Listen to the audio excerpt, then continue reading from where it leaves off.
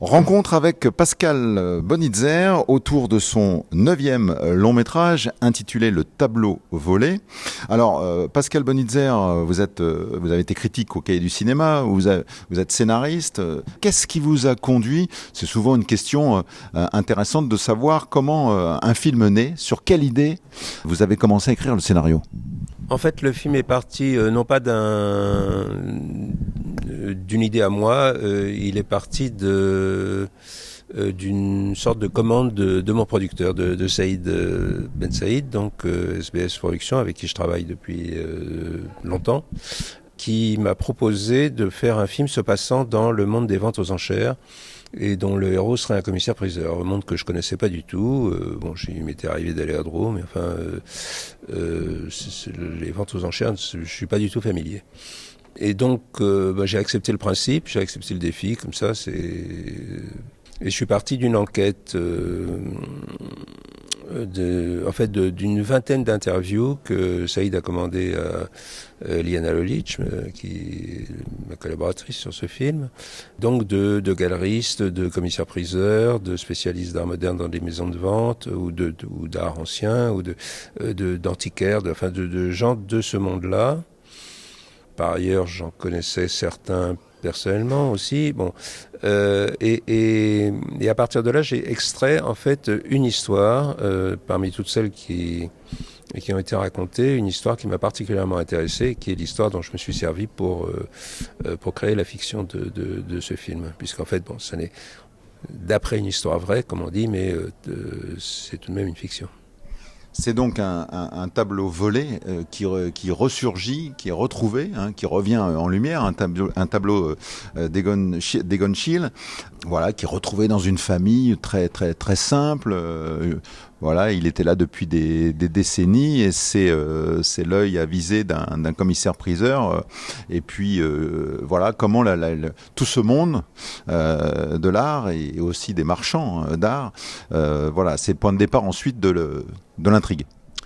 Oui, alors ce qui m'intéressait aussi, c'est que d'une part, c'est une histoire qui à la fois permettait de confronter deux mondes très très différents, évidemment, et même opposés, enfin je veux dire antinomiques, ce monde de l'argent est très parisien, très cosmopolite, international, d'une grande maison de vente, et ce monde du jeune ouvrier, sa famille, de la banlieue de Mulhouse, donc vraiment très très éloigné de tout ça, et qui se trouve effectivement possesseur de ce trésor en toute innocence d'une certaine façon. Il y avait ce côté-là. Et l'autre aspect, évidemment, qui m'a intéressé aussi beaucoup, c'est que comme il s'agit d'un tableau spolié, d'une œuvre qui avait été en réalité volée par les nazis, c'est aussi donc d'une certaine façon une histoire qui plonge en même temps dans notre histoire, en tout cas dans les côtés sombres de l'histoire de France récente, de la collaboration, de l'occupation, et ça m'intéressait aussi cet aspect-là. Donc c'était là-dessus que je suis parti, et c'est ça que j'ai essayé de traiter à travers à travers cette histoire qui effectivement à la base est une histoire vraie, mais dont j'ai recomposé les personnages pour créer une fiction. Alors ces personnages que vous décrivez, avec justement ces deux mondes socialement, si ce n'est opposés, extrêmement différents, eh bien ils sont aimantés par ce tableau. Chacun ayant en fait une vision à la fois du tableau et de sa destinée également. Oui, absolument. Parce que effectivement, au centre de ça, il y a aussi, malgré tout, il y a ce destin d'une œuvre d'art qui est dans sa singularité d'œuvre d'art, et l'histoire d'un artiste à travers ça, puisque en fait, je me suis servi vraiment de l'histoire de ce tableau. D'ailleurs, j'ai fait faire une copie du tableau tel qu'il était. J'ai pas cherché à changer à changer l'œuvre. C'est évidemment ce qu'on a sur l'écran n'est pas le tableau lui-même. Marcos. C'est une copie fidèle. C'est une œuvre plutôt atypique dans la carrière d'Egon Schiele. On le connaît pas pour ce type de tableau. Oui, alors effectivement, Egon Schiele est plutôt célèbre pour ses nus très érotiques et très dérangeants, très tourmentés. Principalement, ces portraits très écorchés vifs comme ça, mais il a fait aussi des paysages. Il a fait évidemment. En fait, il avait été très frappé, paraît-il, de la vision en 1906 des tournesols de Van Gogh, et il a voulu les réinterpréter, en faire plusieurs interprétations. Et le tableau en question, qui est un tableau d'assez vaste dimension, dont le titre allemand, je crois, est Herbstsonne, Soleil d'automne, est un tableau qu'il a fait en 1914, au moment de la déclaration de la guerre, et ce sont des tournesols qui sont très chiliens, c'est-à-dire en ce sens que, Egon chilien, en ce sens qu'ils sont très décharnés, presque mort, mais c'est un tableau assez impressionnant. À un moment, il y a un personnage, et je vous cite donc Pascal Bonitzer, je cite le scénario et le dialogue: encaisser, lâcher du lest, tout revoir à la baisse, c'est la vie. Je vais vous divulguer quelque chose, c'est que cette phrase n'est pas de moi. C'est une citation de Virginia Woolf. En fait, c'est dans Mrs. Dalloway. C'est une phrase qui est prononcée par un personnage comme Mrs. Dalloway. Il y a une multiplicité de personnages qui s'entrecroisent, ce qui est le cas aussi, je veux dire, toutes choses égales, évidemment pas du tout pour me comparer, de mon film, où un certain nombre de personnages s'entrecroisent. C'est pas un film centré sur une seule personne, voilà. Et l'une de ses voix, donc dans Mrs. Dalloway, dit ça. Et j'ai trouvé que pour l'un des personnages de mon film, c'est-à-dire en fait celui qui est incarné par Alain Chamfort, avec qui j'ai eu un grand plaisir à travailler d'ailleurs, qui joue le père de Louis Chevillotte dans le film, de Aurore, la jeune stagiaire. J'ai trouvé que ça allait très bien s'il pouvait dire ça. Il est remarquable, Alain Chamfort. Alors, il amène bien évidemment toute son histoire aussi. Toujours aussi élégant, de dandy. On comprendra également que ce personnage a été brisé par ce qui lui est arrivé, mais il amène tout de suite une énorme densité dans son personnage. Oui, il avait. En fait, je l'avais vu dans un film où il faisait une apparition dans un film de Serge Boson qui s'appelait Don Juan, et j'avais trouvé qu'il dégageait quelque chose, à la fois une élégance, une mélancolie qui m'intéressait beaucoup, et je crois que j'ai créé ce personnage en pensant à lui d'emblée. Ce qui est rare quand j'écris un scénario, c'est rare que je pense à des acteurs, mais là, en l'occurrence, c'est vraiment à lui que j'ai pensé en écrivant.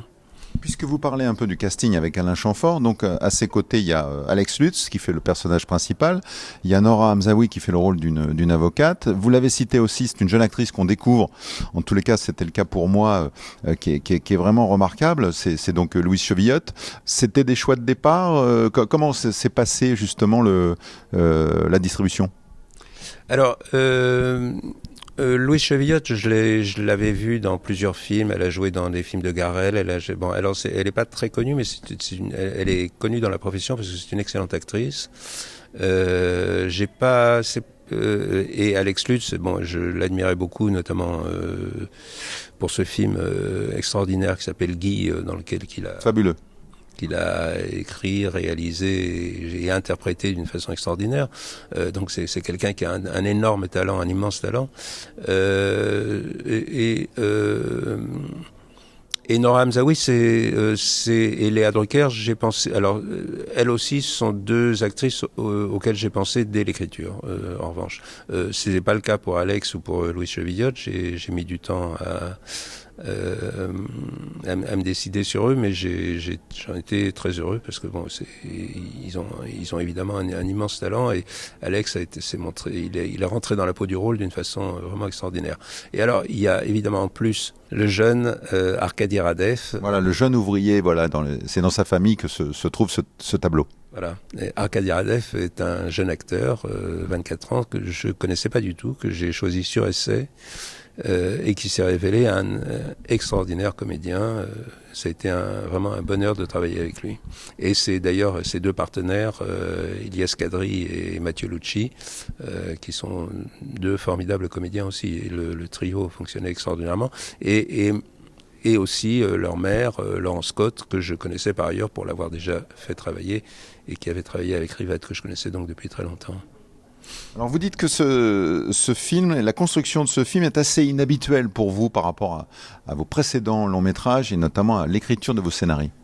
Oui, ça commence disons plutôt en comédie et ça se termine plutôt dans l'émotion, je pense. C'est ça que je voulais, c'était un peu ce mouvement que je voulais. Mais effectivement, d'habitude, mes films se situent dans un milieu socialement homogène et plutôt bourgeois, disons. Et là, j'ai voulu casser ça. J'ai voulu effectivement qu'il y ait que ce soit socialement hétérogène, qu'on ait les deux côtés du monde, si on veut. Et je crois que j'ai été grandement aidé justement par Arcadie, ses copains et Laurence Scott. Et puis la construction que j'ai choisie est effectivement aussi inhabituelle pour moi, c'est-à-dire un petit peu comme si c'était une série en concentré, si on veut, c'est-à-dire c'est un film d'1h30, mais qui, comme dans les séries où on a des épisodes où un personnage prend le dessus avant qu'on repasse sur un autre, il y a des séquences où on quitte brusquement un personnage pour s'intéresser à un autre et puis on revient et ainsi de suite. Et cette espèce de tresse narrative était quelque chose qui était assez nouveau pour moi mais qui m'a beaucoup intéressé. Avec des rebondissements dans l'action, on pense un peu s'éloigner à certains moments du tableau, même si ça reste le fil conducteur. D'une certaine façon, oui, effectivement. Le tableau est le fil conducteur et le point d'attache de tous les événements. Et effectivement, il y a beaucoup de rebondissements. Il y a des choses, j'espère qu'il y a des surprises. Il y a des choses à quoi on s'attend pas. Et c'est aussi d'ailleurs ça qui m'avait intéressé dans l'histoire initiale parce qu'elle était elle-même pleine de rebondissements. Mais c'est le tableau qui rattache un peu tout le monde, y compris le personnage que joue Louis Chevillos, c'est-à-dire la jeune stagiaire, qui était pour moi évidemment, qui est un personnage complètement imaginaire, qui n'existait pas du tout dans l'histoire réelle. Elle et son père et tout ce qui lui est arrivé et son comportement qui est très très, très bizarre. Tout ça, ça sort vraiment de mon imagination. Mais je voulais qu'elle, même si elle se rattache au début de façon très très lointaine à l'histoire principale, finalement elle devient un élément nodal de la résolution de l'histoire et de ce qui arrive à ce tableau. Pascal Bonitzer, je vous remercie beaucoup pour ces éclairages sur ce film, donc Le Tableau volé, avec... Vous l'avez dit, un remarquable casting, donc à découvrir sur les écrans à partir du 1er mai prochain. Merci à vous. Merci.